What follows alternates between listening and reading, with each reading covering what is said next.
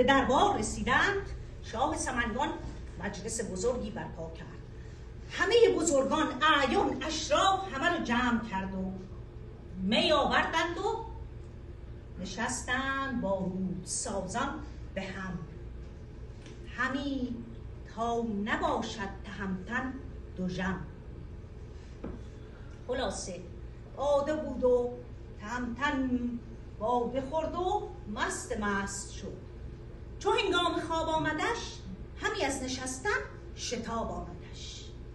شاه سمنگان مجلس رو ختم اعلام کرد و سرافراز او، سزاوار او، جای آرام و خواب بیاراست و بنهاد مشک و گلاب. اما رستم میدونست که در زمین دشمن تو خاک توران هوشیار بود. گفت باید امشب هوشیار بخوابم، حواس جمع باشم. چو یک بهره از نیمه شب درگذشت، شباهنگ بر چرخ گردان بگشت. نهفته به راز سخن گفتن آمد، نهفته به راز. در خوابگه نرم کردند باز. یکی بند شمعی معنبر به دست، خرامان بیامد به بالین مست. دو ابرو کمان و دو گیسو کمند، به بالا به کردار سرو بلند. رستم به تماشا و زیبایی های اون دختر شد. ولیکن بپرسید از او، گفت نام تو چیست؟ چه جویی؟ شب تیره کام تو چیست؟ چون این داد پاسخ که تخمینم، تو گوییست که از غم به دو نیمه ام. یکی دخت شاه سمنگان منم، ز پشت هژبر و پلنگان منم. کس از پرده بیرون ندیدی مرا، نه هرگز کس آوا شنیدی مرا. هیچ کس تا حالا منو ندیده، به غیر از این ندیمه و پدر و برادر کسی منو ندیده. به کردار افسانه از هر کسی، شنیدم همین داستانت بسی. که از شیر و دیو و نهنگ و پلنگ نترسی و هستی چنین تیز چنگ.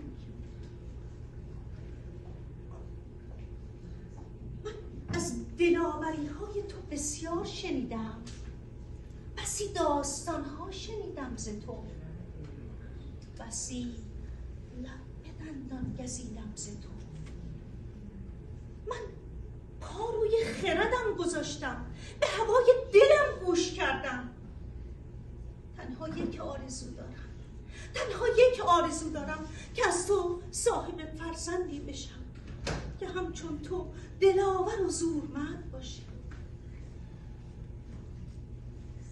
چو رستم بدین سان پری چهره دید، سحر دانشی نزد او بهره دید. بر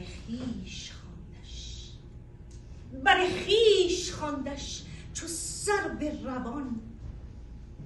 خرامان بیامد بر پهلوان. چو انباز او گشت با او به راز، ببود آن شب تیره دیر و دراز. اون شبم همچون شب یلدا شبی طولانی بود. به بازوی رستم یکی مهره بود، که آن مهره در جهان شهره بود.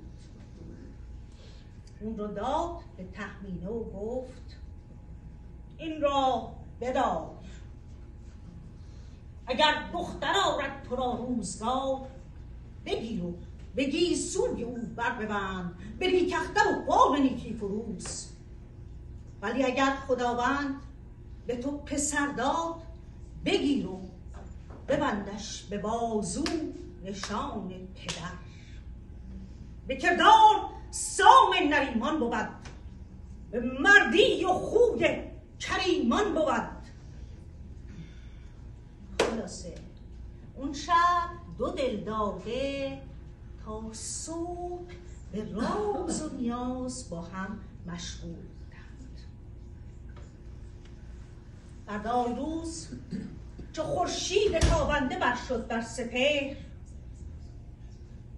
بیاراست روی زمین را به مهر، به بدرود کردن گرفتش به بر، همی بوسه دادش به چشم و به سر و رفت. پس از اون شاه سمنگان آمد و مژده داد به پیدا شدن رخش. رستم شاد و خوشحال نشست روی رخش و بتاخت به سوی ایران زمین. چون 9 ماه بگذشت بر بخت شاه، یکی پورش آمد چو تابنده ماه. تو گفتی گو پیلتن رستم است، وگر سام شیر است و گر نیرم است. چو خندان شد و چهره شاداب کرد، برانان تهمینه سهراب کرد. با تشکر از شما